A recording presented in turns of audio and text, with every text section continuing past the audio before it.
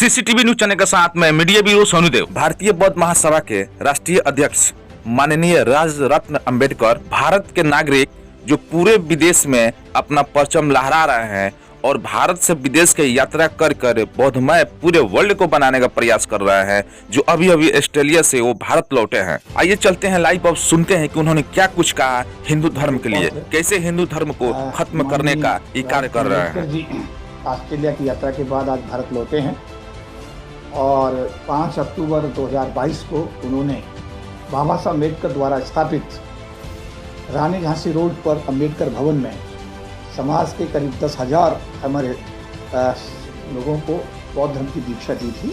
और उसके बाद में अगले ही दिन भारत की जो जातिगत व्यवस्था है उसने उससे त्रस्त होकर के, उससे घबरा करके एक बवाल देश में पैदा करने की कोशिश की, क्योंकि राजरत्न अम्बेडकर साहब ऑस्ट्रेलिया की यात्रा से आज ही भारत लौटे हैं। तो हमारे लिए सबके लिए खुशी की क्षण है और मैं हमारे जो महासंघ के वाइस प्रेसिडेंट हैं और SBI एसोसिएशन के जनरल सेक्रेटरी हैं श्री जयभगवान बौद्ध जी से भी रिक्वेस्ट करूंगा कि माननीय राजरत्न अम्बेडकर जी को पगड़ी, शॉल और बुके दे करके उनका सबसे पहले सम्मान करें। पगड़ी हाथ में दीजिएगा। शॉल तो करूँगा, शॉल हाथ में ही दीजिएगा। अच्छा ठीक, ऐसे हाथ में दीजिएगा। आइए आप उधर आ जाओ, उस साइड में आ जाओ, इधर हटा दो, आप उधर आ जाओ सर, आइए आप ला जाओ। जी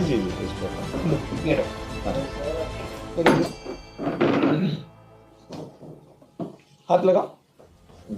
ये तो सर, ये तो ठीक है, ये आ गया, ये पगड़ी इसे और ये शॉल। अब मैं माननीय राजरत्न अम्बेडकर जी से निवेदन करूंगा कि प्रेस वार्ता को संबोधित करें।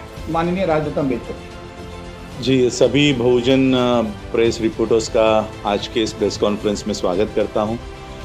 5 अक्टूबर 2022 को the Buddhist society of India और जय भीम मिशन के माध्यम से दिल्ली के अंबेडकर भवन रानी झांसी रोड पर बौद्ध धम्म दीक्षा का कार्यक्रम आयोजित किया गया। और ये कोई पहला कार्यक्रम नहीं था, पिछले साल भी वही उसी जगह पर ये कार्यक्रम हुआ है जिसमें राजेंद्र पाल गौतम पिछले साल भी उसमें शामिल थे।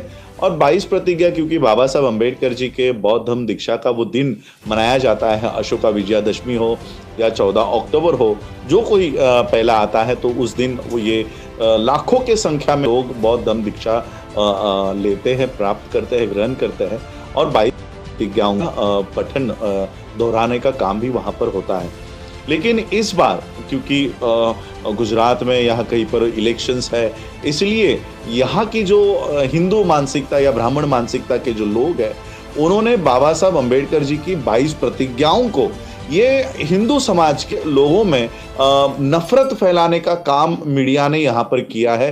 चाहे वो आदेश गुप्ता हो, बीजेपी के प्रवक्ता हो, जिन्होंने प्रेस कॉन्फ्रेंस लेकर ये कहा है कि बौद्ध धर्म की दीक्षा में हिंदुओं के देवी देवताओं को गाली दी गई, ये इस तरह से झूठा प्रचार यहाँ पर मीडिया में हुआ। हमें ये कतई पता नहीं था कि हमारे ये इस बौद्ध धर्म दीक्षा के कार्यक्रम के बाद इतनी बड़ी कंट्रोवर्सी क्रिएट होगी। ये मुझे ऑस्ट्रेलिया में जाने के बाद पता चला और सभी चैनल के लोग ये गलत तरह से हिंदुओं के दिलों में बौद्धों के विषय में, बौद्धों के बारे में नफरत फैलाने का काम यहाँ पर हो रहा था। मोदी सरकार या ये RSS है, पहले हिंदू और मुसलमानों को आपस में लड़ाया करती थी, अब मुसलमानों को इन्होंने PFI के माध्यम से, बाकी के माध्यम से इन्होंने रेड्स डालकर उनका जो मूवमेंट है वो खत्म कर दिया। अब वो बौद्धों की तरफ मुड़ रहा है, बीजेपी के लोग, RSS के लोग बौद्धों की तरफ मुड़ रहा है। ये 22 प्रतिज्ञा दिल्ली के अंबेडकर भवन में पहली बार नहीं ली गई है, यहाँ पर हर साल ये 22 प्रतिज्ञा ली जाती है। और केवल यहीं पर नहीं, भारत के कोने कोने में ली जाती है, विदेशों में ली जाती है। लंदन का घर जो बीजेपी दावा करती है कि हमने बाबा साहब अम्बेडकर जी का ये घर खरीदा, वहां पर भी आप लोग 14 अक्टूबर हो, अशोका विजयादशमी हो, अंबेडकर इंटरनेशनल मिशन और हम अंबेडकर हाउस लंदन, ये जो कमेटी है वहां पर 22 प्रतिज्ञा को दोहराने का काम करती है। बाबा साहब ने जहां से ये बौद्ध धर्म दीक्षा को अपनाया है, उस दीक्षा भूमि पर भारत के प्रधानमंत्री नरेंद्र मोदी वहां जाते हैं, नितिन गडकरी वहां जाते हैं, महाराष्ट्र के अनेक नेता वहां जाते हैं, देवेंद्र फडणवीस भी जाते हैं। बहुत बड़ी वहां पर कोनशिला बनाई हुई है, शिलालेख बनाया हुआ है जहां पर 22 प्रतिज्ञा लिखी हुई है और इस 22 प्रतिज्ञाओं को प्रधानमंत्री नमन करते हैं क्योंकि ये बुद्धिस्ट कल्चर का भाग है। बौद्ध धर्म में देवी देवता नहीं होते और बाबा साहब उस समय हिंदू धर्म से बाहर आ रहे थे, इसलिए जो प्रतिज्ञा दी गई है वो हिंदू धर्म के इससे बाहर आने की वो प्रक्रिया है। और इसलिए इन्होंने हमारे खिलाफ बीजेपी के वक्ताओं ने, बीजेपी के लोगों ने और ये मोदी मीडिया ने, मोदी के चैनलों ने बौद्धों के खिलाफ देश भर में इन्होंने हिंदुओं के दिल में नफरत पैदा करने का काम किया है। हम हिंदू लोगों से कभी हम किसी भगवानों को गाली देने का काम हमारे मन से नहीं होता है। एक बार 22 प्रतिज्ञा हमने दोहराई तो किसी देवी देवता का नाम हमारे मन से कभी नहीं लिया जाता। हम हिंदुओं का और उनके फेथ का हम रिस्पेक्ट है। भारत एक सेकुलर देश है, इसलिए अलग अलग धर्मों के लोग यहाँ पर रहते हैं। अगर हम हिंदुओं के रीति रिवाज को अगर हम उसका रिस्पेक्ट कर रहे हैं तो हिंदुओं को, मुसलमानों को, जैनों को, क्रिश्चियनों को भी हमारे बुद्धिस्ट कल्चर का रिस्पेक्ट करना चाहिए। बुद्धिस्ट कल्चर में हिंदू देवी देवता नहीं होते और इसलिए हम प्रतिज्ञा कर रहे हैं। हम किसी और को नहीं कह रहे कि तुम मत अपनाओ। हम जो लोग बौद्ध हो रहे हैं हम नहीं अपनाते हैं, हम किसी देवी देवताओं को नहीं मानते हैं। यही एक बौद्ध की पहचान होती है। जो बाबा साहब अंबेडकर जी ने बौद्ध बनाया है वो उसकी पहचान है। तो इसलिए देश के अलग अलग जाति धर्म के लोगों को हमारे कल्चर का रिस्पेक्ट करना चाहिए कि हमारे में ये होता है। आप कल कहोगे कि मुसलमानों में खतना होता है, वो नहीं होना चाहिए। आप कहोगे कि ब्राह्मणों का मुंज होता है, वो नहीं होना चाहिए। तो अलग अलग धर्मों की जो रीति रिवाज है वैसे ही बौद्धों का रीति रिवाज है 22 प्रतिज्ञा। और ये 22 प्रतिज्ञा बाबा साहब इस देश का संविधान लागू होने के बाद दी हुई है। ये संविधान लागू होने की घटना नहीं है, संविधान लागू होने के बाद की घटना है। और इसलिए इस चीज को लेकर हम लोग कानूनी प्रक्रिया करेंगे। जिन लोगों ने अपने अपने चैनल्स पर ये चलाया है, इन सब लोगों को हम लोग सबक सिखाएंगे क्योंकि इन्होंने बौद्धों के विषय में, बौद्धों के बारे में देश के लोगों के दिलों में इन्होंने जहर फैलाया है। तो ये एक पहला काम हम लोग करेंगे। दूसरा काम कि एक Rajendra Pal Gautam as a individual हमारे स्टेज पर थे, कहीं पर भी उनका उल्लेख सामाजिक न्याय मंत्री, किसी पार्टी के मंत्री के कैटेगरी में वो नहीं थे। और आज देखिए, मुझे आज भी पता है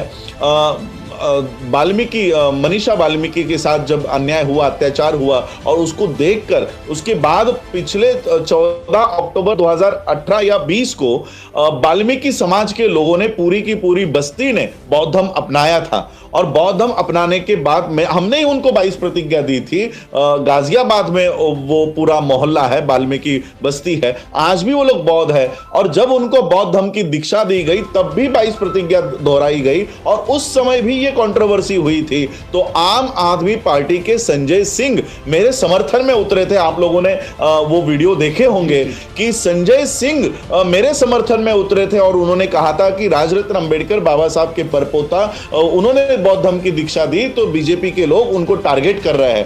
तो आज मैं उनको कहना चाहता हूं कि आज उस समय आप मेरे समर्थन में उतर रहे थे, तो आज आम आदमी पार्टी का एक भी नेता राजेंद्र पाल गौतम के समर्थन में क्यों नहीं उतर रहा?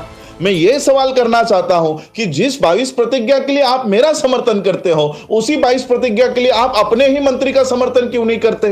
तो ये मेरा सवाल है। और मैं एक राजेंद्र पाल गौतम जी से ये कहना चाहूंगा कि आपको इस्तीफा देने की कोई जरूरत नहीं है, कोई जरूरत आपको नहीं थी। अगर उनको इस्तीफा लेना है तो वो प्रेस कॉन्फ्रेंस लेके आपके इस्तीफा की मांग करे, तब जाकर हम देश के लोगों को बता सकते हैं कि ये कैसा दोगला आदमी है, दोगले चरित्र के लोग हैं जो अब बाबा साहब के पौत्र को 22 प्रतिज्ञा देने के लिए समर्थन करते हैं और अपने ही मंत्री का इस्तीफा मांगते हैं।